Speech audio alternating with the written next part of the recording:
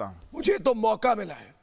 मुझे मौका मिला है और पुष्पेंद्र कुलश्रेष्ठ जी हमारे साथ है दिल्ली से, ये फॉर्मर सेक्रेटरी जनरल है प्रेस क्लब ऑफ इंडिया के। पुष्पेंद्र जी, सवाल मेरा ये है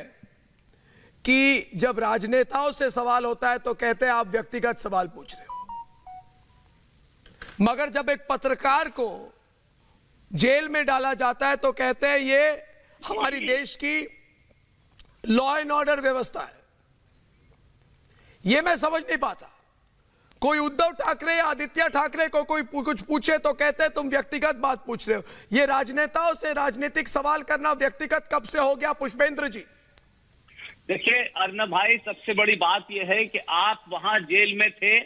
आपने बहुत कुछ अंदर सहा है, लेकिन मैं आपकी पत्नी और आपके बेटे को सल्यूट करता हूं कि इस 8 दिन में वो किस कश्मकश में, किस साहस में रहे होंगे।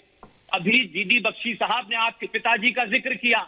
आपके पिताजी ने इस देश को बाहरी ताकतों से सुरक्षित रखा और आप उनके वो बेटे हैं जो इस देश के अंदर जो गद्दार हैं,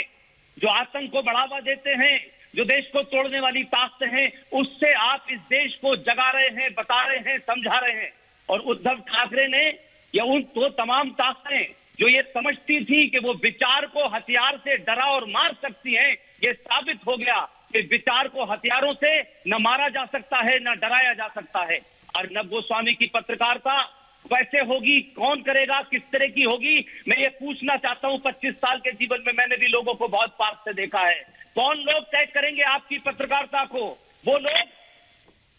फौज को दिल्ली भेजकर तख्ता पलट कराने की गलत खबरें छाप रहे थे, वो लोग जो इस देश में ट्रांसफर पोस्टिंग में पैसा खाते हैं पत्रकार, वो लोग जो पार्टी ऑफिस में बैठ के टिकटें बंटवाते हैं, वो लोग जो मंत्री बनवाते हैं, वो लोग जो प्राइम मिनिस्टर के मीडिया एडवाइजर बनने के लिए लाइन में खड़े होते हैं, कौन लोग तय करेंगे कि अर्नब गोस्वामी को कौन सी पत्रकारिता करनी चाहिए और कौन सी नहीं करनी चाहिए? जो लोग इसको प्रोफेशन समझते हैं, हमने देखा कि आप जब जेल में थे, भारत के प्रिंट मीडिया में और दूसरे चैनलों ने जो चुप्पी साधी थी, तो आप तो पॉलिटिकल टेररिज्म के शिकार हुए, लेकिन इस देश में एक इंटेलेक्चुअल टेररिज्म है जिसके शिकार हम लोगों को बाहर नजर आया कि ये कैसे काम करते हैं। इसलिए मैं मानता हूं कि आप एक विचार हैं, रिपब्लिक एक विचार है जिसे हथियारों से डराने की कोशिश की जा रही है, उसको उखाड़ने की कोशिश की जा रही है, लेकिन आपने यह साबित कर दिया कि विचार जो है वो हथियारों से कभी डर नहीं सकता है, हथियारों से कभी मर नहीं सकता है। इसलिए इस देश ने इस 8 दिन के अंदर इस एक बदली हुई पत्रकारिता देखी, एक ऐसी पत्रकारिता देखी जिसके अंदर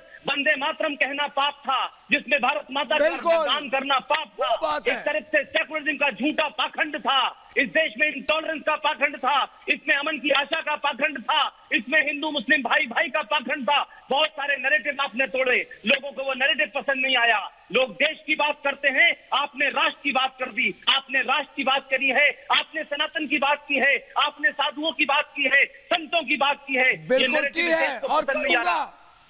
करूंगा क्योंकि अगर अर्नब जी, क्योंकि अगर पुष्पेंद्र जी अपने क्योंकि पुष्पेंद्र जी अगर ये देश ने साबित कर दिया है कि अर्नब गोस्वामी एक चलता फिरता विचार है, अर्नब गोस्वामी एक चलता फिरता ऐसा इंस्टीट्यूशन है जिसे तोड़ा नहीं जा सकता। मैं पुष्पेंद्र जी कि उन ताकतों को आपने जवाब दिया है। पुष्पेंद्र जी, हमें कहा जाता था कि तुम्हारी जो विचारधारा है उसका कोई स्थान नहीं है मॉडर्न इंडिया में। हमें कहा गया था कि तुम अगर वंदे मातरम कहोगे, अगर तुम भारत माता की जय कहोगे, तो तुम राइट विंग, सांप्रदायिक, नॉन सेक्युलर और कम्युनल इंसान हो। तो मैंने जब कल मैं बाहर आया तो मैंने बहुत बार सोचा, उस वक्त सदगुरु जी, मेरे गुरु जी श्री रितेश्वर महाराज जी जगत गुरु वृंदावन से लाइव हैं, तो कल मेरे मन में जब मैं 8 दिन के बाद बाहर आया और कठिन परिस्थिति में था, तो मेरे मन में बहुत सोच थी कि मैं बाहर आके क्या बोलूंगा, और पुलिस वाले उनकी पूरी कोशिश थी कि मैं बाहर कुछ ना बोलूं। तो मैंने बोला मैं अगर इधर से गाड़ी लेके निकल जाऊंगा तो ये इंसल्ट होगा उन लोगों का जिन्होंने मुझे इन 8 दिनों में समर्थन दिया है। तो मैं बहुत सोच रहा था सदगुरु जी कि आखिर बाहर आके क्या बोलूंगा।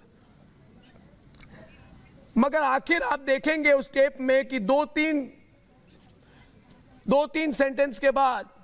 मैं और कुछ बोल नहीं पाया और सिर्फ भारत माता की जय और वंदे मातरम कहता गया मैं अगले 15 मिनट तक, क्योंकि अब ये एक, और मैं खुलकर कह रहा हूं आज सदगुरु जी, ये आज तलोजा जेल के बाहर से कल शाम 8 बजे एक विचारधारा की लड़ाई और शुरू हो गई है, और हो जाए भारत में विचारधारा की लड़ाई, क्योंकि हमारी विचारधारा भी भारतीय है।